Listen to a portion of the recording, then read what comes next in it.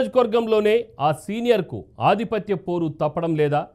అడుగులు వేయాలంటే ఇంకొకరి పర్మిషన్ కావాల్సిందేనా?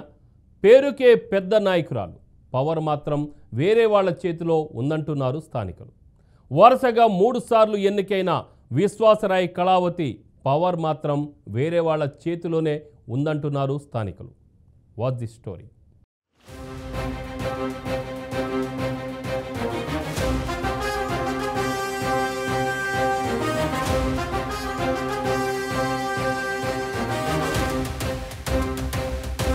వైసీపీ 5 ఏళ్ల పాలనలో నిర్లక్ష్యానికి గురైన నియోజకవర్గాల్లో పాలకొండ ఒకటి.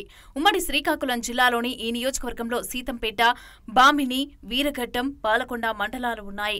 1,70,000 మందికి పైగా ఓటర్లు ఉన్నారు. ఎస్సీ, ఎస్టీ జనాభా ఎక్కువగా ఉండే నియోజకవర్గాల్లో ఇదొకటి.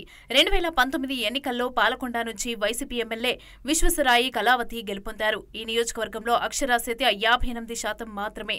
నాడు నేడు ద్వారా విద్యారంగం రూపురేఖలు మార్చామంటూ జగన్ ప్రభుత్వం చెప్పుకుంటున్నా ఈ నియోజకవర్గంలో అక్షరాస్యత శాతం అంతంత మాత్రంగానే ఉంది.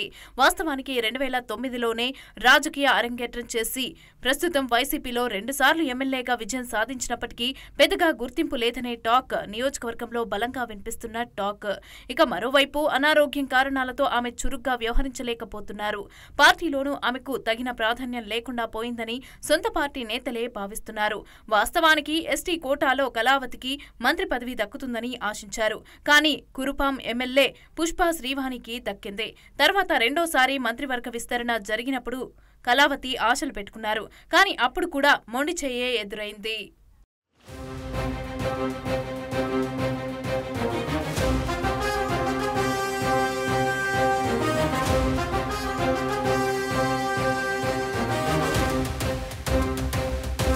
ఆ నియోజకవర్గంలో కళావతే ఎమ్మెల్యే. పాలకొండలో పెత్తనం పాలవరుస కుటుంబానిదే. ఇక్కడ కళావతి పేరుకే ఎమ్మెల్యే. కార్యకర్తలు ప్రజల కోసం సొంతం ఏ నిర్ణయం తీసుకోలేని పరిస్థితి. ఇక వైసీపీకి చెందిన ఎమ్మెల్సీ పాలవలస విక్రాంత్ పాలవలస ఇంట్లోనే పార్టీ కార్యక్రమాలతో పాటుగా అధికారిక పనులు కూడా నిర్వహిస్తారని టాక్. పాలకొండలో ఏ చిన్న పని చేయాలన్నా ఎమ్మెల్సీ విక్రాంత్ అనుమతి కావాల్సిందే.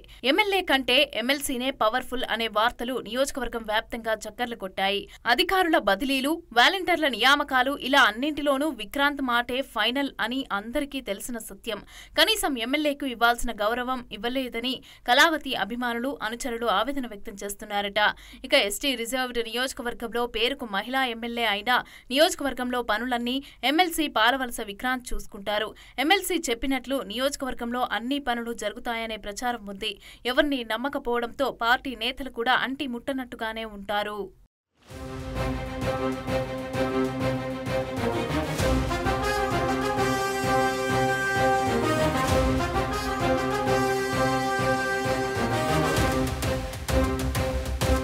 శ్రీకాకుళం జిల్లా పాలకొండ నియోజకవర్గంలో పాలకొండ, వీరఘట్టం, సీతంపేట, బామిని మండలాలు ఉన్నాయి. 1,69,478 మంది ఓటర్లు ఉన్నారు. ఈ ఓటర్లలో కాపు సామాజిక వర్గాలు ఎక్కువ. 2014 ఎన్నికల్లో వైసీపీ నుంచి విజయం సాధించారు విశ్వేశ్వరాయ కళావతి.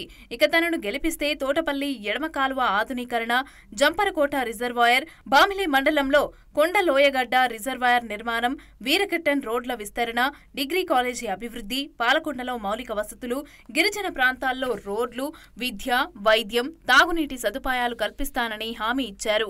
వాటిలో ఏవీ అమలవ్వలేదు. తోటపల్లి కుడి ఎడమ కాలువ ఆధునీకరణ కోసం ప్రతిపక్షంలో ఉన్నప్పుడు పోరాడిన కళావతి అధికారంలోకి వచ్చాక నోరు మెదపలేదని స్థానికులు ఆగ్రహం వ్యక్తం చేస్తున్నారు. సీతంపేట ఏరియాకి ఏకైక దిక్కుగా ఉన్న పాలకొండ ఏరియా ఆసుపత్రికి నిధులు విడుదలైనా పనులు ఇంతవరకు పూర్తి కాలేదు. కాంట్రాక్టర్పై ఒత్తిడి తేవడంలో ఎమ్మెల్యే విఫలమయ్యారని స్థానికులు ఆగ్రహం వ్యక్తం చేస్తున్నారు. సీతంపేట ఐటీడీఏ పరిధిలో ఏ అభివృద్ధి కార్యక్రమాల్లో వాటాలు, కీలక స్థానాలకు బదిలీ కోరుకునే అధికారుల నుంచి వసూళ్ల ఆరోపణలు ఉన్నాయి. ఇక గ్రామ స్థాయిలో జరుగుతున్న ప్రభుత్వ భవనాలు, గిరిజన గ్రామాలకి రహదారుల పనులు, ఇతర కాంట్రాక్టులు చేస్తున్న వారి నుంచి పని ఆధారంగా కమిషన్లు వసూలు చేస్తారనే ప్రచారం కూడా ఉంది. కళావతికి స్వయంగా నిర్ణయం తీసుకునే పరిస్థితి లేదు. నియోజకవర్గంలో అంతర్గత విభేదాలు తీవ్రమయ్యాయి. మొదలయ్యాయి. ఎన్నో ఏళ్లుగా పెండింగ్లో ఉన్న జంపర్కోట రిజర్వాయర్ పూర్తి చేయలేకపోవటం, గిరిజన ప్రాంతాలలో వారు పండించే పంటలకు కోల్డ్ స్టోరేజ్ ఏర్పాటు చేయలేకపోవటం, గిరిజన విద్యార్థులకు నాణ్యమైన విద్యను అందించలేకపోవటం, అంతేకాకుండా వైద్య సదుపాయం పూర్తి స్థాయిలో చేయలేకపోవడంతో ప్రజలు కళావతిపైన గుర్రుగానే ఉన్నారు. గిరిజన బిడ్డగా ఎన్నిసార్లు గెలిపించినా లాభం లేదనుకున్నారో ఏమో, ఈసారికి మాత్రం కళావతిని పక్కన పెట్టేశారనే టాక్ వినిపిస్తోంది.